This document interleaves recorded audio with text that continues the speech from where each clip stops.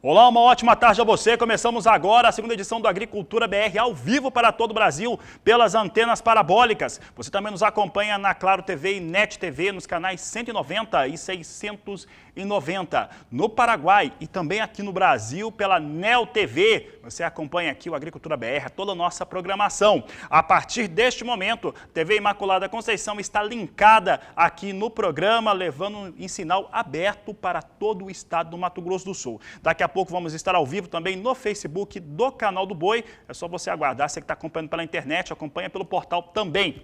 E olha, começo o programa de hoje falando a respeito do boi. E principalmente algo que está sendo notado há pelo menos 2 semanas, que é a diferença, o spread, né, entre a arroba do boi gordo padrão e a arroba do boi gordo China. Os valores têm se reduzido, né? Aquela diferença tem ficado menor nas últimas semanas. Um outro fator que nós temos observado aqui no Agricultura BR é em relação à arroba do boi gordo na referência da Praça de São Paulo, em relação a outros estados. Nós temos feito alguns estudos e nos comparativos, alguns estados praticamente igualam o valor ao estado de São Paulo. Nós perguntamos principalmente a respeito da diferença do boi China para o boi padrão para o professor Marcos Fava Neves e ele respondeu. O momento da pecuária é bastante interessante, muita euforia aí entre os produtores e as importações vindas da Ásia seguem firmes e o mercado interno brasileiro também é uma grata surpresa. Não houve a queda que esperávamos que aconteceria com o problema da pandemia. Então hoje você tem uma inflação na cadeia produtiva devido à demanda e isso se resolve com choque de oferta, principalmente, é o que nós precisaríamos fazer agora. Como no boi não é tão fácil fazer essa oferta, fica um desequilíbrio momentâneo. E então essa reação de preços no mercado interno e outras possibilidades que nós estamos vendo aí de vendas reduziram esse ágio e mostraram uma outra perspectiva também para a pecuária que nós não tínhamos muito essa esperança. Então, agora é hora de investimento com bastante cautela para não deixar inflacionar aí os ativos. Então, se você puder trabalhar mais a tua área para explorar mais, mas cuidado com compras, cuidado com expansões para continuar preservando a sua rentabilidade.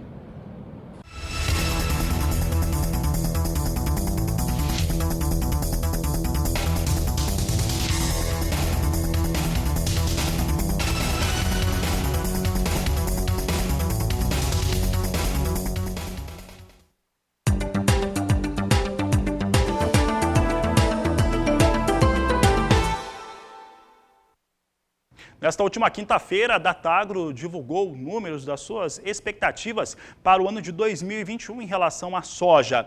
Trouxe dados que apontam para uma exportação de soja de 82 milhões de toneladas, que de acordo com os números da própria Datagro apresentariam uma alta de 1,2%.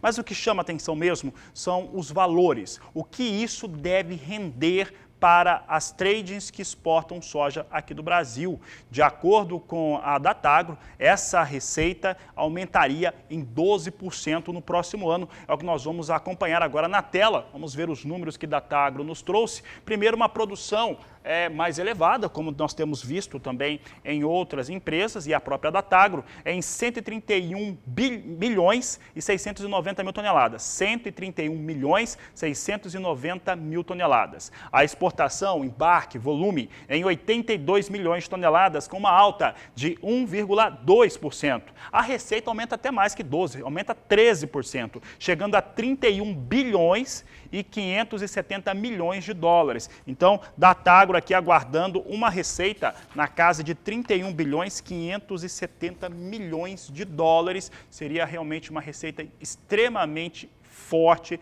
aqui no Brasil, alta de 13% de acordo com a equipe de França Júnior.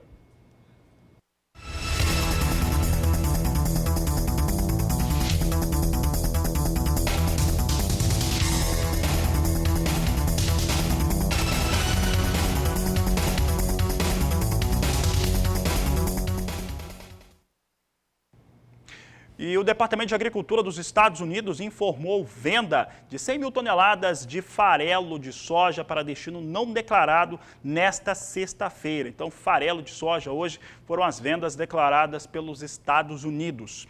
E olha, a gente se pergunta, né, o que está acontecendo por lá? O que está acontecendo nos Estados Unidos, principalmente? E alguns elementos apontam para a seguinte questão. Primeiro, o andamento do que se tem em relação à safra de soja norte-americana é outro.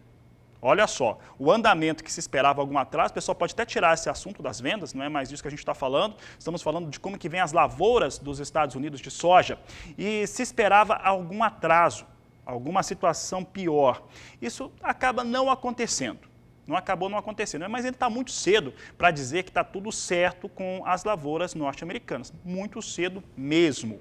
Mas nós tivemos, principalmente nesta quinta-feira, parte dos investidores aproveitando o cenário para lucrar. O pessoal colocou realmente no bolso aí um pouco daquilo que ganhou nos acumulados dessa última semana, fazendo com que soja perdesse o piso de $10 por bushel. A queda nesta quinta-feira foi muito expressiva. Nossa equipe conversou com Steve Kesha, ele que é consultor, é ligado aqui no Brasil à Cereal Par, e o Steve explicava exatamente essa situação. Uma insegurança, né, ou uma certa certeza de que não vai ter muitos problemas em relação à soja nos campos norte-americanos, fez com que caísse os valores da oleaginosa na Bolsa de Chicago. Mas como nós dissemos, ainda tem muita água para rodar ou andar embaixo dessa ponte aí até a colheita norte-americana ser conclusa. Vamos saber como é que vem soja em Chicago depois de um dia de queda. Vinha numa estabilidade hoje mais cedo e agora vai recuperando um pouco das perdas de ontem, desta quinta-feira. Olha só que hoje recupera um pouco e essa recuperação é suficiente para devolver o piso de $10 o bushel. Longe daqueles 10,20, 10,45 que víamos na abertura desta semana, mas de qualquer maneira, recuperando parte das perdas desta quinta-feira, que foram bastante expressivas. Essas perdas, mais uma vez,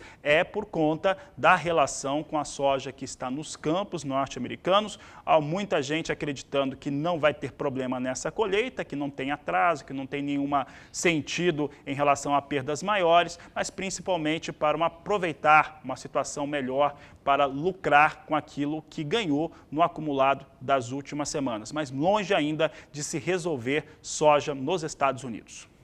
Fala agora a respeito de dólar, da moeda norte-americana aqui no Brasil. Você acompanha comigo como é que vem as posições negociadas e dólar vai com alta. 1,02% de alta para a moeda norte-americana negociada a R$ 5,56. Neste momento, o dólar segue a sua trajetória de elevação. Deve encerrar a semana com um acumulado de boas altas, fortes altas para a moeda. E para falar a respeito deste assunto e também como que se comporta o mercado financeiro, nós vamos até São Paulo, aos estúdios do Canal do Boi, na sede da Bolsa Brasileira de Mercadorias, conversar com Sara Kirchhoff.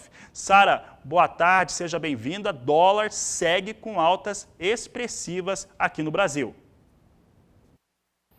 É verdade, Fabiano. Boa tarde para você, boa tarde a todos. Ontem, o real interrompeu uma sequência de valorizações do dólar que aconteciam 4 sessões anteriores, foram 4 sessões de alta para o dólar. Ontem essa sequência foi então interrompida, mas hoje novamente a moeda norte-americana retoma um movimento de força e sobe bem, né? Como você falou, frente ao real, uma alta nesse momento de mais de 1%, com o dólar comercial negociado em R$ 5,56. No pior momento dessa semana, a moeda norte-americana, falando claro sempre do dólar comercial, chegou a tocar o patamar dos R$ 5,62 durante uma sessão.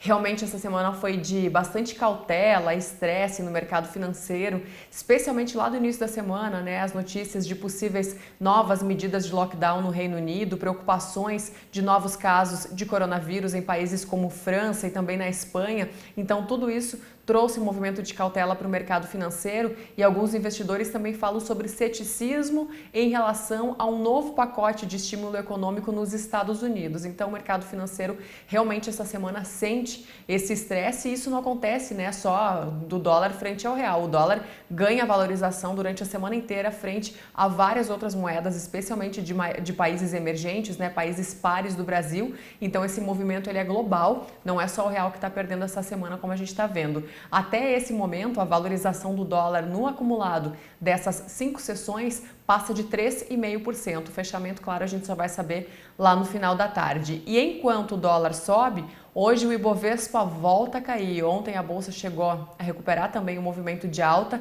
tocou os 98 mil pontos no melhor momento do dia e hoje opera novamente em queda.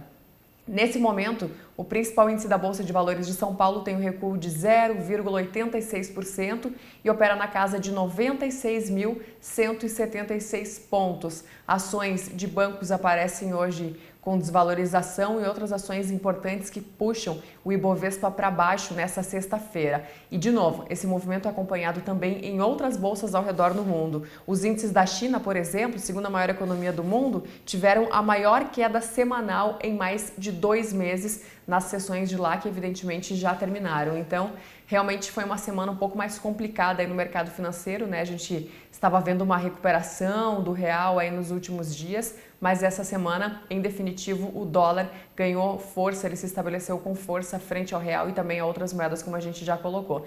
Claro que a gente continua acompanhando tudo isso de perto para trazer as atualizações do mercado financeiro já no fechamento, lá mais tarde no programa Mais Pecuária com o Jorge Zaidan e Renata Ferreira. Fabiana, é com você.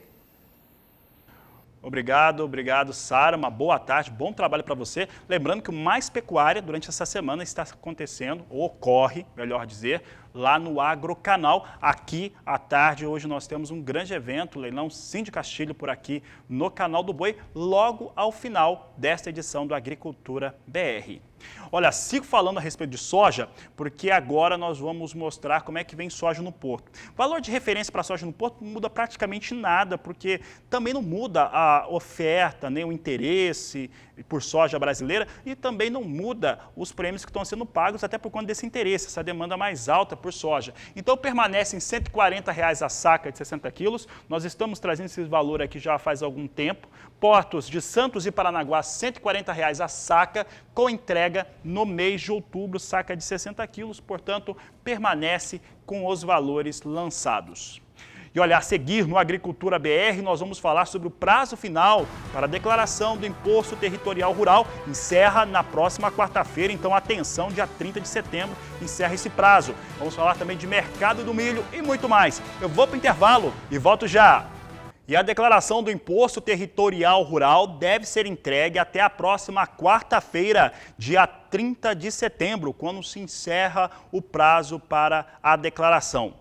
Um dos fatores importantes em relação a esse documento é que após esse vencimento, ele gera uma multa mensal de 1% e essa tributação ela não vai ficar abaixo de R$ 50. E no caso daquelas multas que fiquem até R$ 100, ou seja, entre R$ 51 e R$ 100, o valor dessa multa vai ser pago em cota única. De qualquer maneira, é importante para que o produtor rural ele fique atento a essa declaração e faça, mesmo que, aí uma dica importante, eu estava conversando com o pessoal do jurídico, mesmo que tenha que fazer qualquer tipo de correção após, é importante fazer a declaração desse imposto dentro do prazo.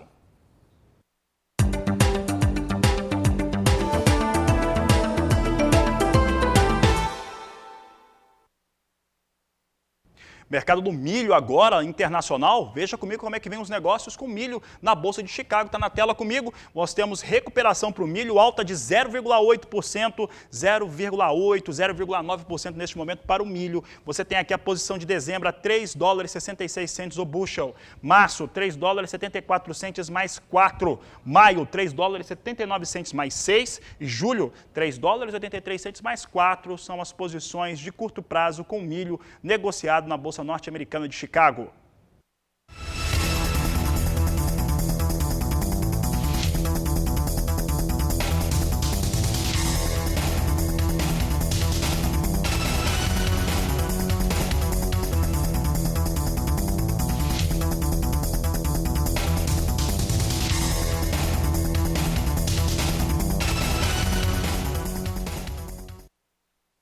Vamos falar agora sobre uma iniciativa que mostra como que o produtor rural pode conseguir recursos e aplicá-los para desenvolver uma produção mais sustentável aqui no Brasil, em fazendas brasileiras. Para falar a respeito deste assunto, nós vamos conversar agora com o diretor de operações, Charlton Locks, ele que é diretor de uma iniciativa que faz exatamente esse processo.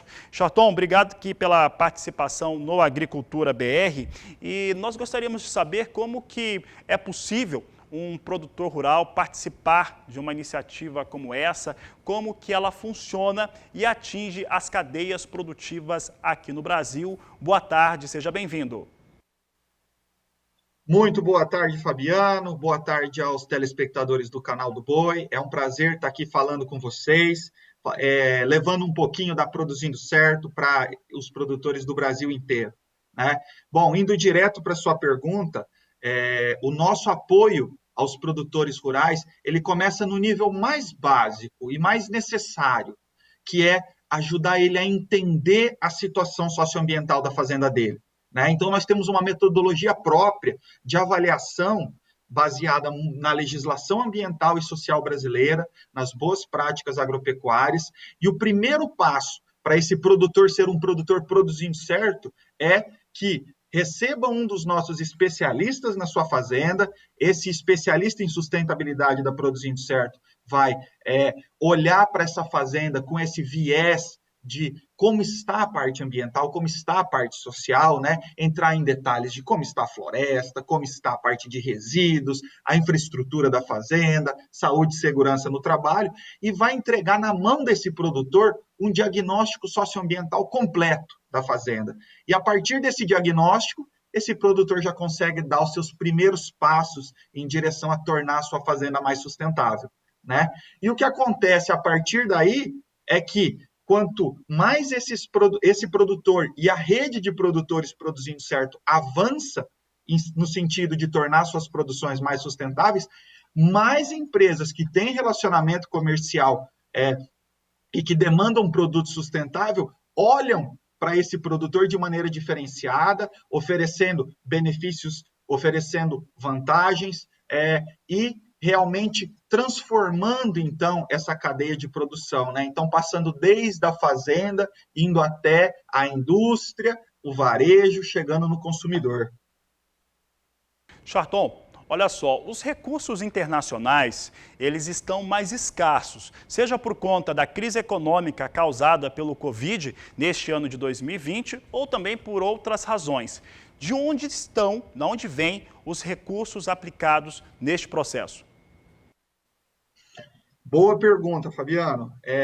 Realmente, infelizmente, nós temos hoje menos recursos de filantropia internacional, né, através de projetos e fundações internacionais, para apoiar iniciativas de produtores de maneira individual, né?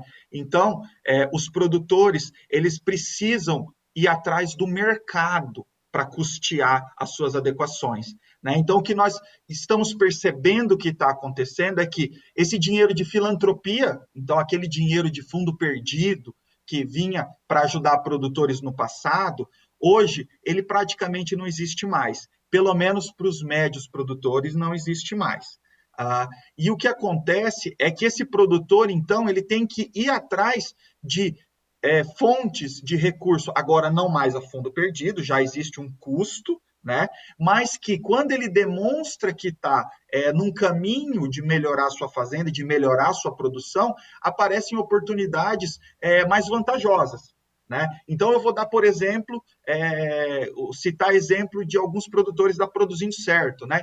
Então, nós temos hoje um grupo de produtores, na ordem de 50 produtores rurais, que fazem uma raça de gado específica nas suas fazendas, né? E produzem esse gado para uma grande varejista nacional. Esses produtores se comprometeram com a sustentabilidade e hoje eles já conseguem galgar um pequeno prêmio por sustentabilidade na comercialização desse gado. O que isso significa? Um pouquinho de recurso para ajudar esse produtor na transformação da sua fazenda, né? Mas hoje, quando a gente olha para o mercado como um todo, não existe um recurso que vai ser disponibilizado para o produtor que vai ajudar ele a fazer toda a adequação na sua fazenda, né? Então, existem iniciativas que dão apoio, mas vai depender do produtor sim entrar com recurso do bolso, né? Investindo, de uma certa maneira, no seu próprio patrimônio, que é a sua fazenda, para fazer essa transição para uma produção mais sustentável, né?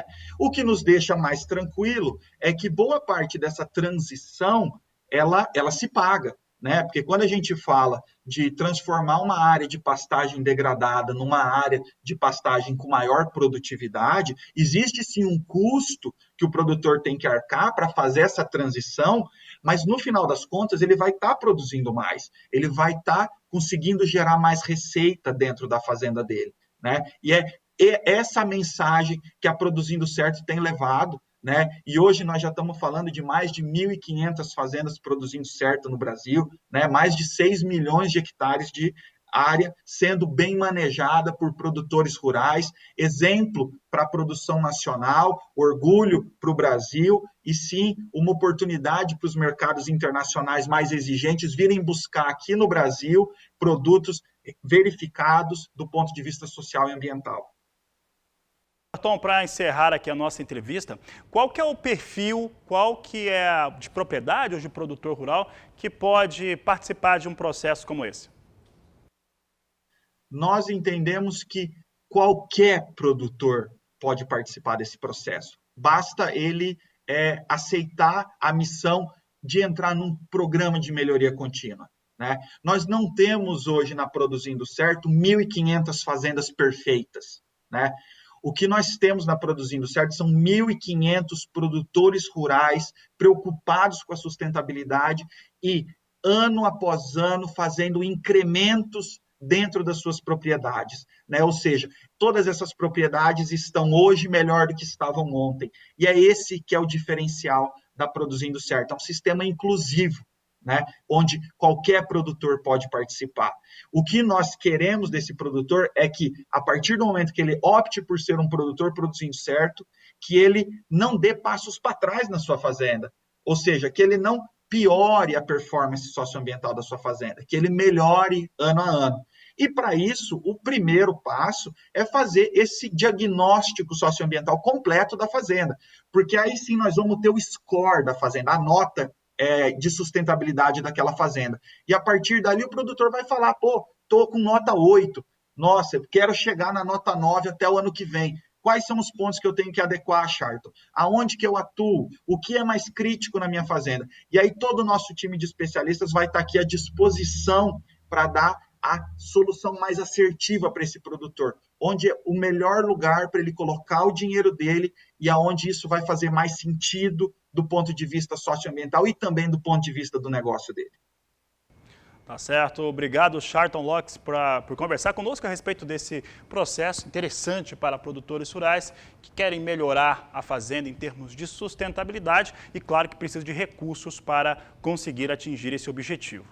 Olha, a seguir, nós vamos falar sobre feijão. Vamos trazer uma entrevista exclusiva com o presidente da Abraf, aqui no Agricultura BR, e vamos falar também sobre o mercado de café daqui a pouco, depois do intervalo.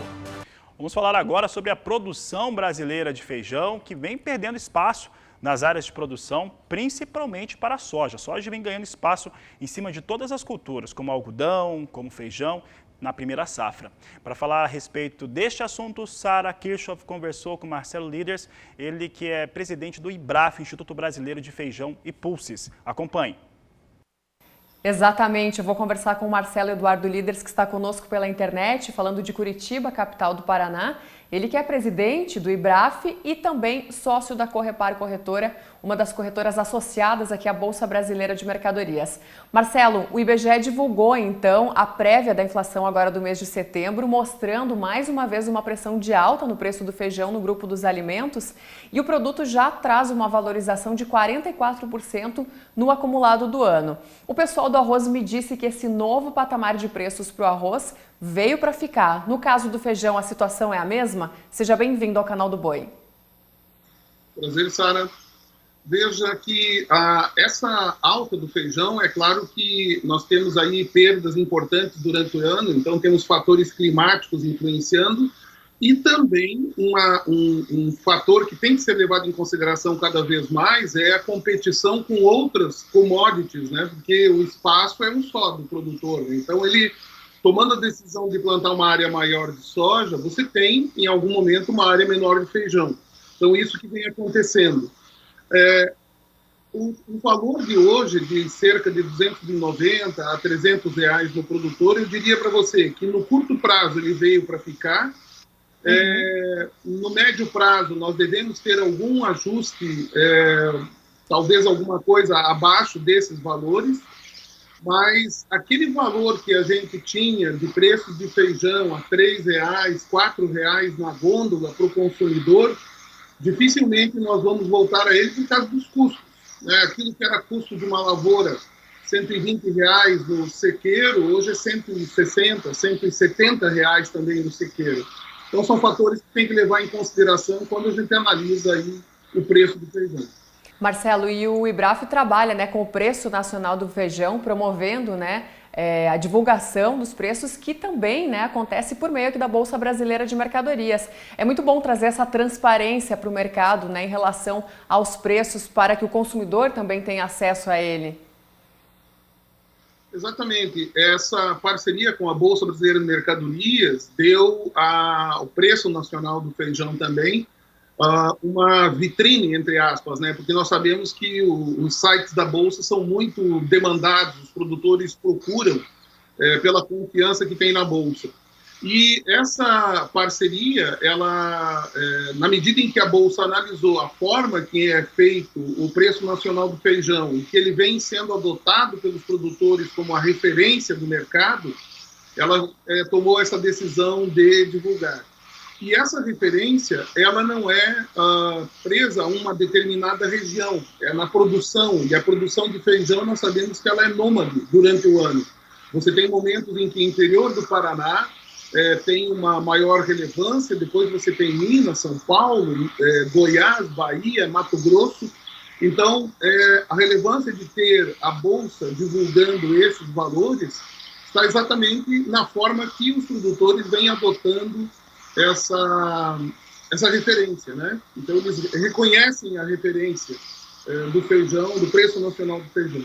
Perfeito, Marcelo. E para encerrar, o IBRAF é o Instituto Brasileiro de Feijão e Pulses, né? E aí a gente está falando de uma série de outros produtos que os pulses envolvem, né? É o gergelim, é o grão de bico e tantos outros que vocês têm um trabalho forte para divulgar. E eu queria saber como é que está esse mercado. Nesse momento, né, o Brasil enfrenta, assim como outros países, a pandemia de coronavírus. Muitas pessoas deixaram de consumir alguns alimentos considerados não tão essenciais e mais caros, né? Que pesam mais no bolso das famílias e correm para comprar os produtos mais baratos.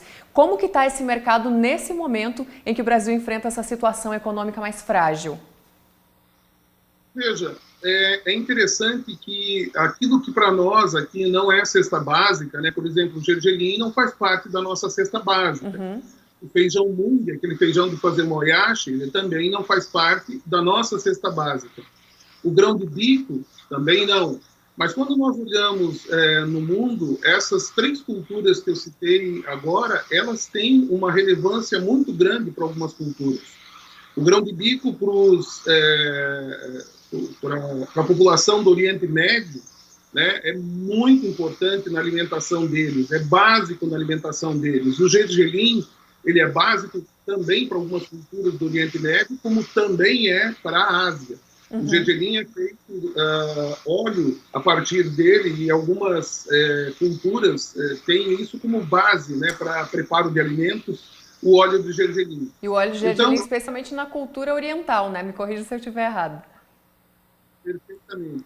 Então, veja só, nós temos buscado envolver o produtor brasileiro e o sistema de produção nacional fora das commodities, em produtos que tenham uma importância no consumo, não somente num consumo pontual de poucos países ou algo que seja ligado mais a uma, eu diria assim, uma boutique, né, de alimentos. Então, são alimentos básicos. Tanto que os produtores foram muito bem remunerados esse ano.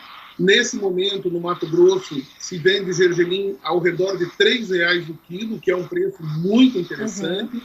Há uma procura muito grande já por contratos para plantio e colheita no ano que vem.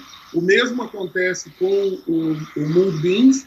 E agora, mais recentemente, algumas notícias sensacionais a respeito da adaptação por parte da Embrapa das cultivares do grão-de-bico para o clima do Paraná. Então foi muito interessante, dias de campo que ocorreram recentemente aqui agora, mostrando como a cultura vem se adaptando. Então o Brasil é um importador de grão-de-bico, nossa intenção é que ele deixe de ser importador, diminua o preço, aumente a possibilidade da nossa população se alimentar com o grão-de-bico, que além de excelente sabor, ele é muito proteico, e que nós tenhamos excedentes para oferecer para o mundo afora, porque o mundo precisa, não é uma questão de escolha, né? O mundo precisa para poder se alimentar. Tá certo, Marcelo. Muito obrigada pela sua participação aqui conosco. É sempre um prazer falar com você. Prazer. Valeu, muito obrigada. Esse foi então Marcelo Eduardo Líderes, presidente do IBRAF e também sócio da Correpar Corretora, e nós ficamos por aqui. É com vocês.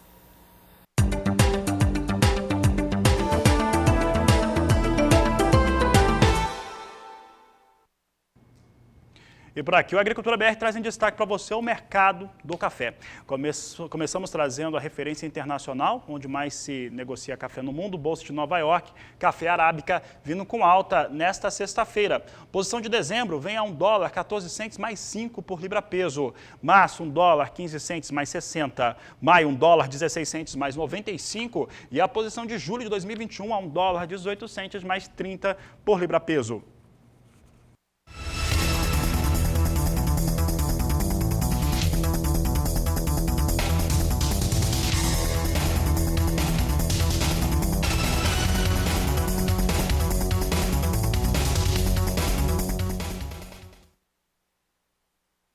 Vamos dar uma olhada agora no café robusta, já está comigo aqui, negociado na Bolsa de Londres em dólar e tonelada. Posição de novembro, $1.361 a tonelada, alta de 0,66%. Janeiro, $1.378, alta de 0,73%. Março também sobe 0,87% para $1.392 a tonelada, enquanto que maio vem para $1.408, sobe 0,93%. São os negócios que eu trago agora com café robusta na Bolsa de Londres, referência para o Conilon brasileiro.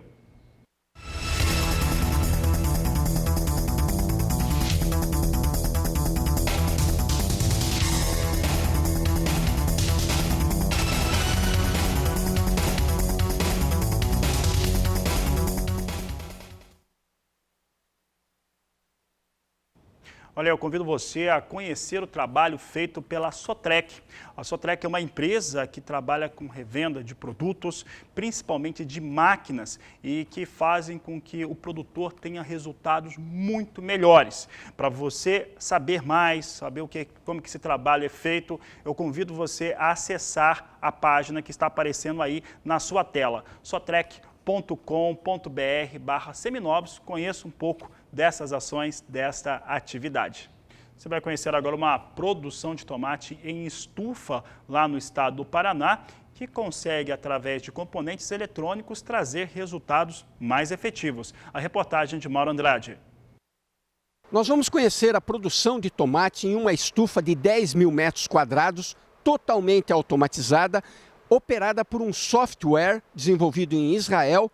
E quem vai nos contar o manejo desse tomate é Alexandre Turquino, produtor aqui em Londrina. Essa estrutura é uma estrutura de uma empresa francesa chamada Richelle, que tem representante aqui no Brasil. O que ela diferencia das outras? Primeiro, a altura, que você está vendo, que ela tem um pé direito de 5,5 metros. Você controla muito mais o ambiente.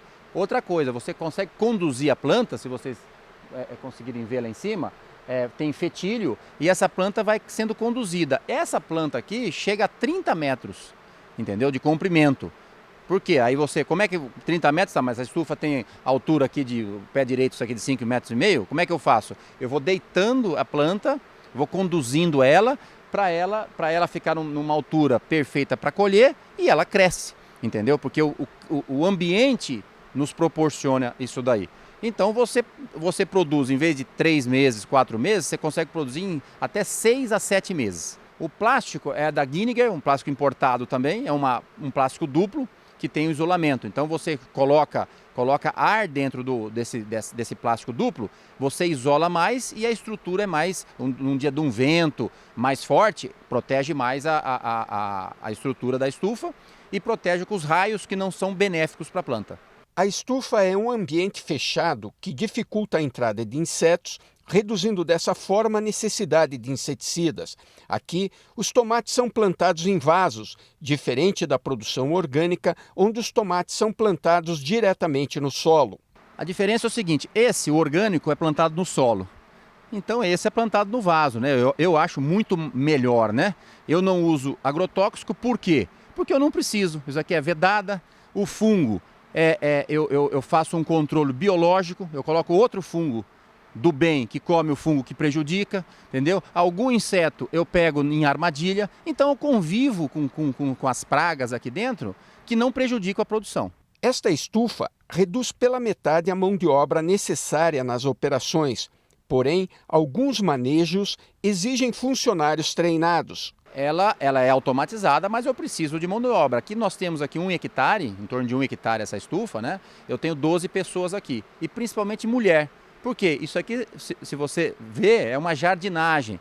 Precisa trabalhar com amor, com delicadeza, entendeu? Então, eu prefiro mulher para essa parte dos tratos culturais da planta e para tirar, também aí tem que ter força de homem, né? Para tirar a produção aqui de dentro, entendeu? Que é tudo manual, é em caixa de 20 quilos, em torno de 20 quilos. Então, tem uns carrinhos aqui próprios para isso. Então, eu preciso de muito menos gente do que uma estufa normal. Uma estufa dessa normal precisaria de 30 a 35 pessoas. Eu tenho 12 e dou preferência para mulher por causa da delicadeza delas. A nutrição das plantas, através da fertirrigação, é calculada automaticamente pelo software, que faz a mistura dos nutrientes de acordo com o estágio de desenvolvimento do tomate. O resultado daquela tecnologia é isso aqui. É a produção perfeita, uns frutos perfeitos, do tamanho perfeito. E a gente está vendo aqui, né, a saúde da planta, a produção da planta, cada cacho aqui ó, com 6, 7, 8 tomates. Né? Então é perfeito aqui, são os cachos, né? Então tá perfeito, floração, crescimento, entendeu? O tamanho da flor e a tecnologia do computador tá aqui, ó, a fertirrigação, ela aduba de cada 5 em 5 minutos, né? O excesso de adubo cai nessa calha, depois o próprio computador tem um sensor que ele vai captar o adubo que a planta não assimilou, não aproveitou, e ele mesmo regula novamente. Exatamente, ele circula e daí esteriliza novamente e entra no sistema, entendeu? Então é perca zero, ecologicamente correto, né? E você sabe o que a planta não está comendo, para o computador corrigir depois. De Londrina, no Paraná, Mauro Andrade. Momentos finais dessa edição do Agricultura BR. Veja comigo como é que vem soja negociada em Chicago. Hoje vai recuperando, começa a subir mais um pouco agora as posições negociadas, vai subindo quase 0,6%, em torno de 0,6% neste momento. Novembro a $10,600 o bushel, janeiro $10,900 mais 2, março $10,300 mais 4 e maio a $10,01 mais 2 são as posições com soja na Bolsa de Chicago.